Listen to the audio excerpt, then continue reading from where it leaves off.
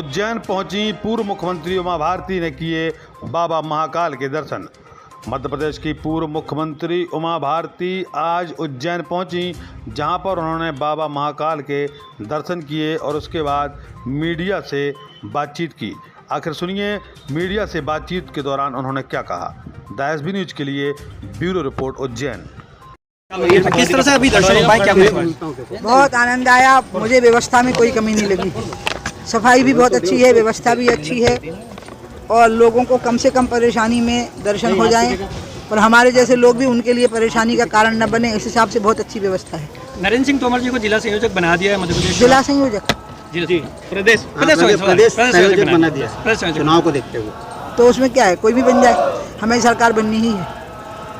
और क्या कुछ सावन में क्या कुछ खास रहा आपके लिए, क्या कुछ मांगा है भगवान महाकाल? ये 2 सावन है क्योंकि बीच में पुरुषोत्तम मास आ रहा है, तो इसकी विशेषता है कि हरिहर का मिलन है ये।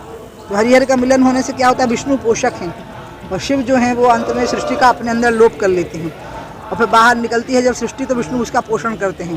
तो अब की बार ये दोनों का जो मेल है वो बहुत अद्भुत है और ये हरिहर का जो मेल होता है यही हर हर गंगे कहलाता है, इसी को हरिहर गंगे कहते हैं।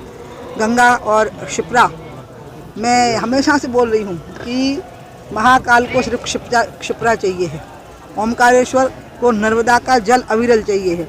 शिवराज जी ने मेरे आग्रह को स्वीकार किया और आपको पता होगा एक टरबाइन बंद कर दी गई ओमकारेश्वर और उससे पानी निरंतर नर्मदा जी में आता है।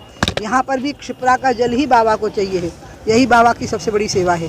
तो इसलिए वो भी, इसके लिए भी सब प्रयास हो रहे हैं, तो इसलिए बहुत अच्छा होने वाला है। मुझे लगता है कि ये जो पुरुषोत्तम मास दोनों सावन के बीच में आ गया, 2 सावन हो गए और एक पुरुषोत्तम मास हो गया, ये अपने आप में बहुत कल्याणकारी साबित होगा भारतवर्ष के लिए और हमारे प्रधानमंत्री मोदी के लिए और हमारे भैया शिवराज के लिए। दीदी, मिशनरी स्कूल में तिलक को लेकर वहाँ आपत्तिजनक तिलक और कलाबा और ये सब तो बहुत पर्सनल चीज़ें होती हैं, जैसे हेयर स्टाइल, जनेऊ, इस सब पर थोड़ा ना आपत्ति हो सकती है। लेकिन मिशन स्कूल में छात्र जब टीका लगा के जा रहे हैं तो उनकी पिटाई की गई।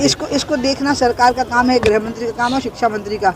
मैं इसको गलत मानती हूँ, उनके साथ इस प्रकार का भेदभाव करना धर्म के साथ, लेकिन सरकार इस चीज़ को सुनिश्चित करेगी कि ऐसा ना हो। दीदी, आगे आगामी चुनाव को देखते हुए कमलनाथ जी कह रहे हैं उनकी सरकार बन रही है, क्या कहना है? इसको कहे बिना तो कोई चुनाव लड़ेगा ही नहीं ना, तो इसलिए हम किसी के लिए, मैं तो बीजेपी के लोगों को भी समझा रही हूँ कि कांग्रेस के लोगों का हर बात में मजाक मत बनाया करो। वो विपक्ष है, उनका लोकतंत्र में अपना एक अधिकार होता है, एक स्थान होता है। आपका स्थान लोगों के दिल में है, लोगों के दिल में बीजेपी बैठी हुई है, लोगों को बीजेपी का कोई दूसरा विकल्प नजर नहीं आता। सारे दुनिया के नेता इकट्ठे हो जाए, आप मुझे बताइए मोदी का कोई विकल्प है? क्योंकि मोदी किस अधिष्ठान पर खड़े हैं, राम और रोटी के। रोटी भी है, हिंदुत्व भी है, राष्ट्रवाद भी है, अच्छा डिफेंस भी है, स्वदेशी भी है। तो मुकाबला तो हेड से होगा ना, हाथ पांव कितने मजबूत हो, सिर ही गायब हो जाएगा तो सिर तो है ही नहीं, तो इसलिए कोई मुकाबला नहीं है। लेकिन प्रदेश में तो शिवराज सिंह अभी चेहरा दिखाई दे रहे हैं। नहीं, शिवराज सिंह जी चेहरा हमेशा से ही रहा है और इन सब विषयों पर बोलना मेरा काम नहीं, बीडी शर्मा का काम है। मैं शिवराज जी का बहुत सम्मान करती हूँ, उनको बड़ा भाई मानती हूँ और उनने जो शराबबंदी की, बस मैं यहाँ से लौट के गई और मुझे खुशखबर मिली 18 के बाद जो मैं गई, मुझे खुशखबरी मिली और उससे मैं बहुत खुश हूँ। 2500 अहाते एक साथ गिरा दिए गए। ठीक है, अब रही बात क्या बोलते हैं, विवादास्पद दुकानें, शराब पी के चलना, इसमें पुलिस पूरे टाइम थोड़ी खड़ी रहेगी। थोड़ा नगर पंचायत, नगर पालिका, नगर निगम के जो पार्षद हैं, जो जनपद पंचायतों के, जिला पंचायतों के सदस्य हैं, ये सारे निर्वाचित जनप्रतिनिधियों का, विधायकों का, सांसदों का काम क्या है कि वो इन सब चीज़ों पर कंट्रोल करावें। इनकी खुद की मिली भगत नहीं होनी चाहिए इन सब चीज़ों पर। सरकार ने अपना काम पूरा कर दिया, शिवराज जी ने और मैंने अपना काम पूरा कर दिया। शराबबंदी भी तो नहीं हो पाई है लेकिन पूरी तरीके से। मैं आपको फिर कह रही हूँ कि सवाल यह है कि सरकार की नीयत साफ है कि नहीं, शिवराज जी की नीति साफ है कि नहीं, वो नीति साफ है। दीदी, लगातार मध्य प्रदेश में प्रधानमंत्री जी और गृह मंत्री जी लगातार आ रहे हैं, क्या डर सता रहा है कि बीजेपी की सरकार? नहीं, वो अपने आप को प्रधानमंत्री और गृह मंत्री नहीं समझते, वो अपने आप को भाजपा का कार्यकर्ता समझते हैं।